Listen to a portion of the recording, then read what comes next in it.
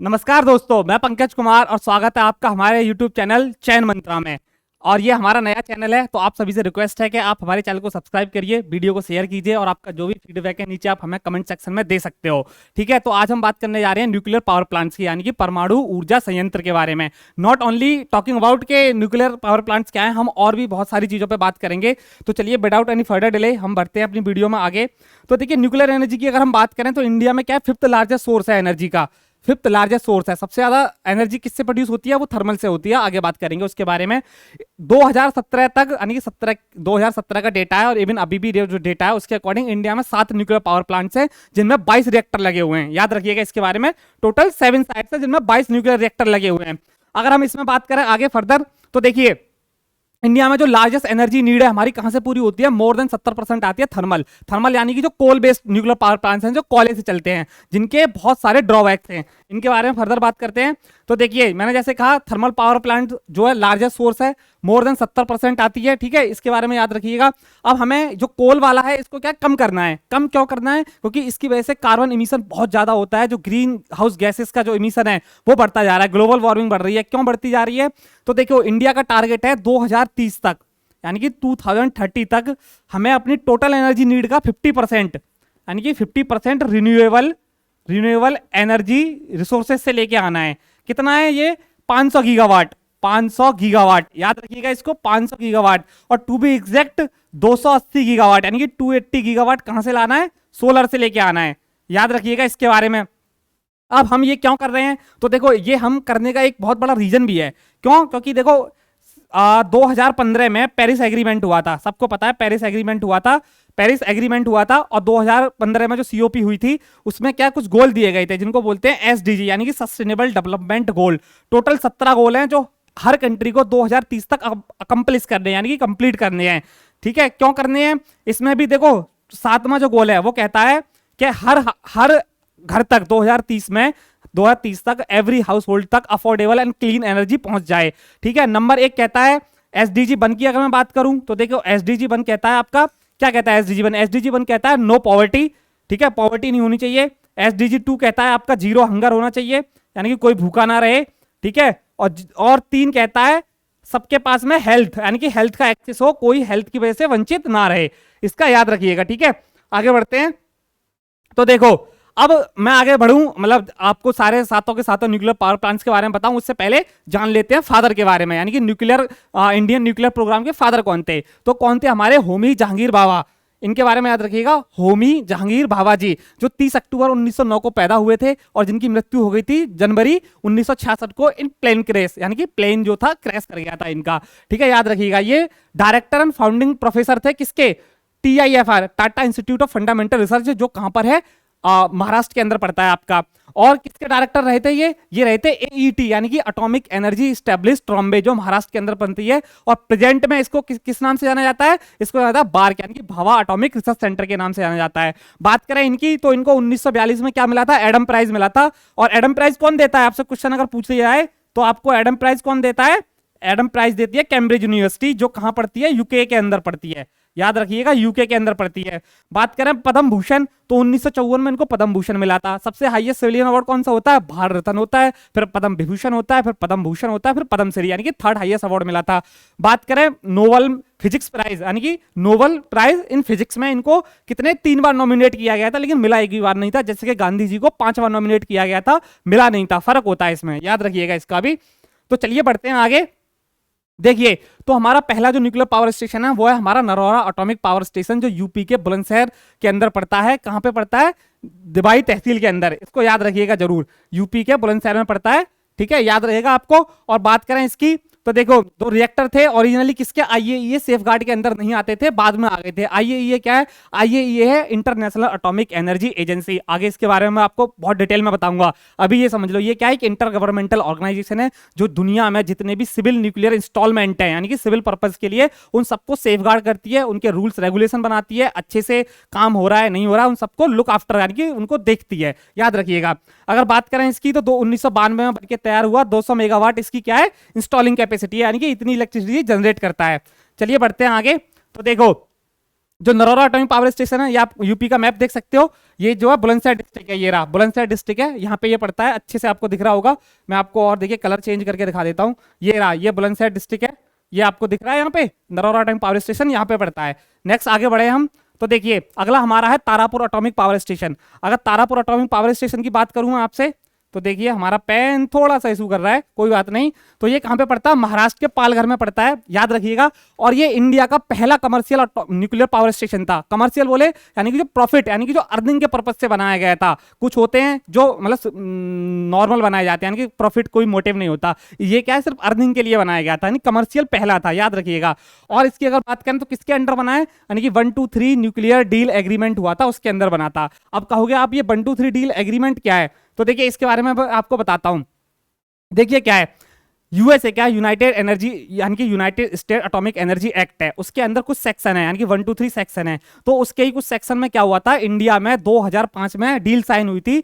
ये आप देख सकते हो, यूएसए के प्रेसिडेंट है जॉर्ज डब्ल्यू बुश, जो इंडिया आए थे, और हमारे उस टाइम के प्राइम मिनिस्टर मनमोहन सिंह जी 2005 में इंडिया आए। इन्होंने एक डील साइन करी जिसको किस नाम से जाना गया, India US civil nuclear deal के बारे में जाना गया, या इसको बोल सकते हो आप इंडिया यूएसए 123 एग्रीमेंट बोला जाता है। इसके अंदर क्या हुआ कि जो यूएसए की जो आप कह सकते हो क्या, जो न्यूक्लियर टेक्नोलॉजी है यानी कि सिविल पर्पस के लिए, उसको इंडिया के साथ शेयर कर सकते हैं, इससे पहले नहीं करते थे, ठीक है। तो ये याद रखिएगा इसके बारे में। तो कब साइन हुआ था, ये 2005 में साइन हुआ था, याद रखिएगा इसका। और कहां पे साइन हुआ था, ये हुआ था न्यू दिल्ली के अंदर। जॉर्ज डब्ल्यू बुश उस टाइम के यूएसए के प्रेसिडेंट इंडिया आए थे, ठीक है। और इसी डील के बाद में जो इंडिया की न्यूक्लियर इंस्टॉलेशन है वो किसके अंडर आ गई थी, आईएईए सेफगार्ड के अंदर आ गई थी, याद रखिएगा इसके बारे में, क्योंकि आईएईए का सेफगार्ड बहुत जरूरी होता है, ठीक है। अच्छे से समझ में आ गया होगा आपको। पढ़ते हैं नेक्स्ट, हमारा अगला है कुतनकुलाम। कुतनकुलाम न्यूक्लियर पावर स्टेशन, आपने अक्सर इसका नाम सुना होगा, बहुत ही ज्यादा न्यूज में रहता है। इसकी बात करें तो कहां पड़ता है, ये कुतनकुलाम में पड़ता है, तमिलनाडु के अंदर, तमिलनाडु के अंदर पड़ता है। और किसके अंडर आता है, ये रसिया के कोलैबोरेशन के साथ में बनाया। और इसके किसके अंडर आता है, एनपीसीआईएल। अब आप कहोगे एनपीसीआईएल क्या है, तो देखो एनपीसीआईएल के इंडिया में जितने भी न्यूक्लियर पावर इंस्टॉलेशन है सारे के सारे एनपीसीआईएल के अंदर आते हैं। ये है nuclear power corporation India limited, यानी कि ये गवर्नमेंट ऑफ इंडिया की होली ओन्ड, यानी कि पूरी तरह से 100% ओन करती है गवर्नमेंट ऑफ इंडिया। ये करती क्या है, यानी कि एक पब्लिक सेक्टर अंडरटेकिंग है, यानी कि पीएसयू है। जितने भी न्यूक्लियर इंस्टॉलेशन यानी जिनकी जितने भी न्यूक्लियर पावर प्लांट्स हैं उन सबको देखती है, उन सबकी रेगुलेशंस करती है, याद रखिएगा इसके बारे में। बात करें इसकी कुतनकुलाम न्यूक्लियर पावर स्टेशन की, तो देखो 2002 में बनके तैयार हुआ। इनिशियली ये नहीं बन रहा था क्योंकि जो फिशरमैन थे वो क्या प्रोटेस्ट कर रहे थे। अब क्यों कर रहे थे, क्योंकि देखो जहां न्यूक्लियर पावर स्टेशन बनेगा वहां पे पानी होना जरूरी है, वहां रिवर होगी तो वहां पे क्या पानी कंटेमिनेट हो जाता है, तो फिशेस वहां पे नहीं होंगी। और जैसा कि आपको पता तमिलनाडु यानी कि साउथ में फिशिंग का बहुत बड़ा कारोबार है, तो वो इनिशियली इसको क्या प्रोटेस्ट कर रहे थे, लेकिन अल्टीमेटली बन गया क्योंकि हमारे नेशनल इंपोर्टेंस के लिए बहुत जरूरी था। अगला हम बात करें तो देखिए कुतनकुलाम न्यूक्लियर पावर स्टेशन के बारे में एक और चीज याद रखिएगा कि ये बहुत ज्यादा न्यूज में था रिसेंटली। क्यों, क्योंकि इस पे साइबर अटैक हुए थे। साइबर अटैक कहां से होंगे, देखो हमारे दो ही पड़ोसी हैं, मतलब जो सबसे ज्यादा हमारे साथ में मतलब कह सकते हो जो भी हरकतें करते हैं, पाकिस्तान चाइना। पाकिस्तान तो क्या ही अटैक करेगा, तो मेनली चाइना करता है, लेकिन जो यहाँ पे जो अटैक हुआ था वो कहां से हुआ था, नॉर्थ कोरिया का एक ग्रुप था लाजारुस ग्रुप, वहां से हुआ था इसका, मतलब जो बाद में फाइंडिंग हुई थी उसमें पता चला था, ठीक है। आपको समझ आ गया होगा। अगला अगर हम बात करें तो हमारा अगला है ककरापार एटॉमिक पावर स्टेशन। इसकी बात करें तो कहां पड़ता है, ककरापार मांडवी में पड़ता है, ठीक है। सूरत तापी रिवर के किनारे गुजरात के अंदर है, बस इतना याद रखिएगा। Kakrapar nuclear power station Gujarat में पड़ता है, बस आपके लिए इतना जरूरी है। नेक्स्ट अगर हम आगे बढ़े तो कायगा, अगर कायगा की बात करें तो कहां पड़ता है, कर्नाटका के अंदर पड़ता है, काली रिवर के किनारे। आपने एक चीज नोटिस करी है ना कि जितने भी न्यूक्लियर पावर स्टेशन है सारे रिवर के पास पाएंगे, क्योंकि पानी की जरूरत बहुत होती है। जब रिएक्टर चलते हैं यानी कि जब एनर्जी क्रिएट करते हैं तो बहुत हाई लेवल की हीट जनरेट करते हैं, जिसको ठंडा करने के लिए कूलिंग टावर बनाए जाते हैं। यानी कि आपने देखा ना बहुत ऊंचे ऊंचे कूलिंग टावर, जो एक कंस्ट्रक्शन बना होता है, एक स्ट्रक्चर, वो कूलिंग टावर होते हैं, याद रखिएगा इसके बारे में। अगर बात करें इसकी कायगा की, तो इंडिया का 3rd largest nuclear power plant है ये। अब फर्स्ट कौन सा है, तो देखो फर्स्ट तो हमारा है कुतनकुलाम, इसके बारे में याद रखिएगा। ये कौन सा है, ये हमारा फर्स्ट है कुतनकुलाम। सेकंड हमारा तारापुर एटॉमिक पावर स्टेशन है, याद रखिएगा, आपसे पूछा जाए। सेकंड तारापुर है, और थर्ड कौन सा हो गया हमारा, कायगा, याद रखिएगा आपसे। Second and first and third अच्छे से याद रहेगा आपको। नेक्स्ट अगली वीडियो में हम आगे बढ़ते हैं। तो देखिए अगला जो हमारा एटॉमिक पावर स्टेशन है वो है मद्रास एटॉमिक पावर स्टेशन। अब मद्रास एटॉमिक पावर स्टेशन नाम से क्लियर है, कहां पड़ेगा आपका, चेन्नई में पड़ेगा। इसको एक और नाम से जाना जाता है कलपक्कम, याद रखिएगा। कलपक्कम कहां पड़ता है आपका, चेन्नई के अंदर पड़ता है। और सबसे बड़ी बात इसके लिए ये थी कि ये हमारा इंडिजीनियस, यानी कि हमने खुद अपनी टेक्नोलॉजी अपने बलबूते पे इसको बनाया था, किसी की हेल्प नहीं ली थी, मतलब हेल्प इन द सेंस कि छोटी मोटी हेल्प ली थी, लेकिन बनाया हमने खुद था। इंडिजीनियसली डेवलप्ड इंडिया का जो न्यूक्लियर पावर प्लांट था वो कौन सा था? कलपक्कम यानी कि मद्रास था। याद रखिएगा इसके बारे में। नेक्स्ट अगली वीडियो में हम आगे बढ़ते हैं। राजस्थान एटॉमिक पावर स्टेशन, जो कि कहां पड़ता है? राजस्थान के अंदर पड़ता है। इसको एक और नाम से जाना जाता है रावत भाटा। याद रखिएगा, रावत भाटा जरूर याद रखिएगा। बात करें इसकी तो 2012 में इंटरनेशनल एटॉमिक एनर्जी एजेंसी, मैं बताऊंगा इसके बारे में आपको अच्छे से, ये इसने क्या है बहुत सारे ऑडिट किए, तब जाके देखा कि हाँ भाई यहाँ की सेफ्टी और जो प्रोग्राम जो भी काम हो रहा है एक अच्छे ठीक ठाक लेवल पे है, कोई लीकेज नहीं है। देन उसके बाद में इसको एक सेफ्टी का सर्टिफिकेट दिया, देन ओके किया। याद रखिएगा इसके बारे में, रावत भाटा इन राजस्थान। नेक्स्ट हम अगर बात करें तो देखिए, हमने सातों के सातों अपने जो न्यूक्लियर पावर स्टेशन है उनको हमने डिस्कस कर लिया। अभी देखिए इंडिया का मैप है, नरौरा कहां पड़ेगा आपका? यूपी में पड़ेगा। राजस्थान में रावत भाटा हो गया, ककरापार गुजरात में हो गया आपका, और तारापुर महाराष्ट्र में हो गया, कायगा कर्नाटका में हो गया, कुदनकुलाम तमिलनाडु में हो गया, मद्रास यानी कि मद्रास कलपक्कम कहां हो गया? चेन्नई के अंदर हो गया। इसको याद रखिएगा, आप मैप में अच्छे से विजुलाइज कर सकते हो इसको। आगे बढ़ते हैं। ये देखिए आपकी और सहूलियत के लिए अगर आपको इसकी पीडीएफ चाहिए ना, तो नीचे आपको डिस्क्रिप्शन में एक लिंक मिलेगा टेलीग्राम चैनल का, उस पे जाके आप हमारे टेलीग्राम चैनल से इसकी पीडीएफ को अवेल कर सकते हो। तो देखो वही सेम चीज यहाँ पे बताई गई है, जितने भी हमारे पावर प्लांट्स हैं साथ के साथ कब स्टैब्लिश हुए, कहां पड़ते हैं और सबके नाम। अब देखिए ये तो ये हो गया कि जो अभी बन चुके हैं, जो ऑपरेशनलाइज हैं। अभी इसमें वो वाले न्यूक्लियर पावर प्लांट्स हैं जो अभी अंडर कंस्ट्रक्शन है, यानी कि जिन पे अभी काम चल रहा है। ठीक है, तो कौन कौन से हैं? एक तो गोरखपुर, याद रखिएगा अंडर कंस्ट्रक्शन कितने हैं? 6। गोरखपुर, अब गोरखपुर आ गया तो गलती ये मत कर देना कि आप गलती से यूपी के क्लिक कर दो, ये कहां पड़ता है? ये हरियाणा के अंदर पड़ता है। अगला हमारा चेन्नई, आप कहोगे चेन्नई में तो ऑलरेडी था। भाई चेन्नई में था तो, लेकिन इसके और भी यूनिट बनने हैं। ठीक है, याद रखिएगा 2023 तक बन के रेडी हो जाएगा। ककरापार की यूनिट 4 बन रही है जो गुजरात में पड़ता है। कायगा कर्नाटका में 2026 तक बन के रेडी हो जाएगा। बात करें राजस्थान की यूनिट 7 और 8 बन रही है जो 2023 तक बन के रेडी हो जाएगी। अगर हम बात करें इसकी तो देखिए कुदनकुलाम तमिलनाडु के अंदर है, 2025 से 27 तक बन के रेडी हो जाएगा। इसका भी याद रखिएगा। ठीक है, आपको ये पीडीएफ में सारी चीजें मिल जाएंगी, आप इजीली अवेल कर सकते हो। अब देखिए ये तो ये हो गया। अब हम बात करते हैं कि इंडिया में जो एनर्जी हम जनरेट करते हैं तो कितनी एनर्जी किस रिसोर्सेज से आती है, जो एनर्जी रिसोर्सेज है उनके बारे में। तो देखिए चलिए बढ़ते हैं आगे। तो देखिए इंडिया में जो पहला हमारा हम बात करेंगे किसके बारे में? थर्मल। तो थर्मल से कितनी आती है? 55।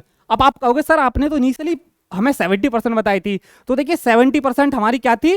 थर्मल से क्या हो रहा था कि ओवरऑल यानी कि जो इलेक्ट्रिसिटी जनरेट हो रही थी ना, उसमें 70% उससे हो रही थी। लेकिन जो एनर्जी नीड हमारी होती है वो कितनी है? 55%। यहां से 55% किससे हो रही है?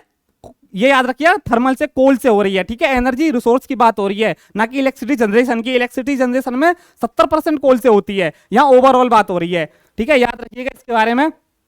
आगे बढ़े तो देखिए अगला है हमारा नंबर 2 पे न्यूक्लियर, यानी कि न्यूक्लियर एनर्जी से कितना होता है? 3%, यानी कि ऊपर नीचे होता रहता है थोड़ा। अब 3% मोटा माटा याद रखिएगा। ठीक है, नेक्स्ट अगर हम बात करें किसकी तो हाइड्रो, यानी कि हाइड्रो जैसा मैंने बताया, जैसे कि डैम होते हैं, डैम पे क्या पानी गिरता है, टरबाइन पे घूमता है, देन वो इलेक्ट्रिसिटी जनरेट करते हैं। तो वो कितना है? 12%, रफली 12-13% ये वेरी करता है। इतना मोटा मोटा याद रखिएगा। आगे हम बात करें तो देखिए अगला हमारा रिन्यूएबल एनर्जी रिसोर्सेज, यानी कि रिन्यूएबल एनर्जी रिसोर्स कितना कंट्रीब्यूट करते हैं इंडिया की एनर्जी में? तो करीब 12%, 12-13%। अब आप इसमें किस किस को ऐड कर सकते हो? तो देखो इसमें आप किसको ऐड करोगे? तो सबसे पहले आप इसमें सोलर को ऐड कर लो। ठीक है, सोलर एनर्जी हो गई, आपकी विंड एनर्जी हो गई। ठीक है, एक आपकी विंड एनर्जी हो गई, और आप किसको ऐड कर सकते हो? जियो थर्मल एनर्जी हो गई आपकी, जियो थर्मल एनर्जी हो गई आपकी। अब आप कहोगे जियो थर्मल एनर्जी क्या होती है? तो देखो जियो थर्मल एनर्जी वो होती है जो अर्थ के अंदर, यानी कि अर्थ के अंदर जो हीट ट्रैप होती है उसके थ्रू जो निकाली जाती है उसको बोलते हैं। तो इस तरीके से इसको याद रखिएगा। नेक्स्ट आगे बढ़े तो देखिए आप सभी के लिए ये आप स्क्रीनशॉट भी ले सकते हो इसका अच्छे से समझने के लिए। बाकी इसको और अच्छे फॉर्मेट में हमने आपको समझाया है। तो देखिए ये आप पाई चार्ट के थ्रू समझ सकते हो, ये पूरा पाई चार्ट दिया हुआ है आपको। तो सबसे ज्यादा अगर मैं बात करूं, मैं आपके लिए ब्रेकडाउन करता हूं, तो सबसे ज्यादा लार्जेस्ट चंक किससे? कोल से आती है। यानी कि परसेंटेज ना भी याद रखोगे चल जाएगा, लेकिन आपको क्या है? पोर्शन याद रखना है किसका कितना है। ठीक है, नंबर 2 पे हाइड्रो। ठीक है, नंबर 3 पे क्या है आपका?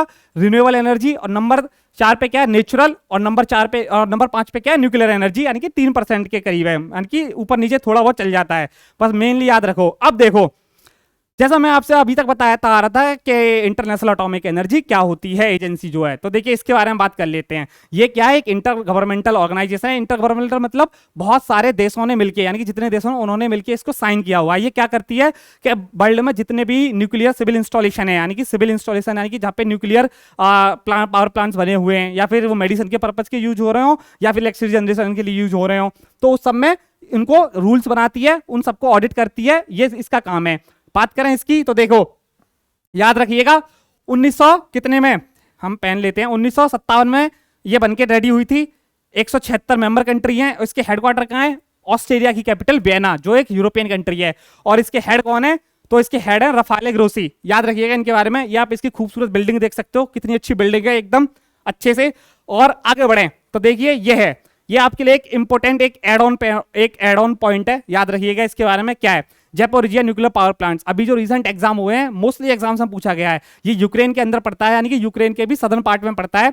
अब न्यूज में क्या होता, क्योंकि वी ऑल नो कि रसिया और यूक्रेन के बीच में वॉर चल रही है। एक बहुत ही फेमस से है कि the war going on in Ukraine between Russian tank and European bank, because के यूरोप के तो बैंक खाली पैसा जा रहा है और रसिया के टैंक जा रहे हैं। क्योंकि आपको भी पता है कि यूएसए मोर देन कितने $70 बिलियन अब तक यूक्रेन को दे चुका है।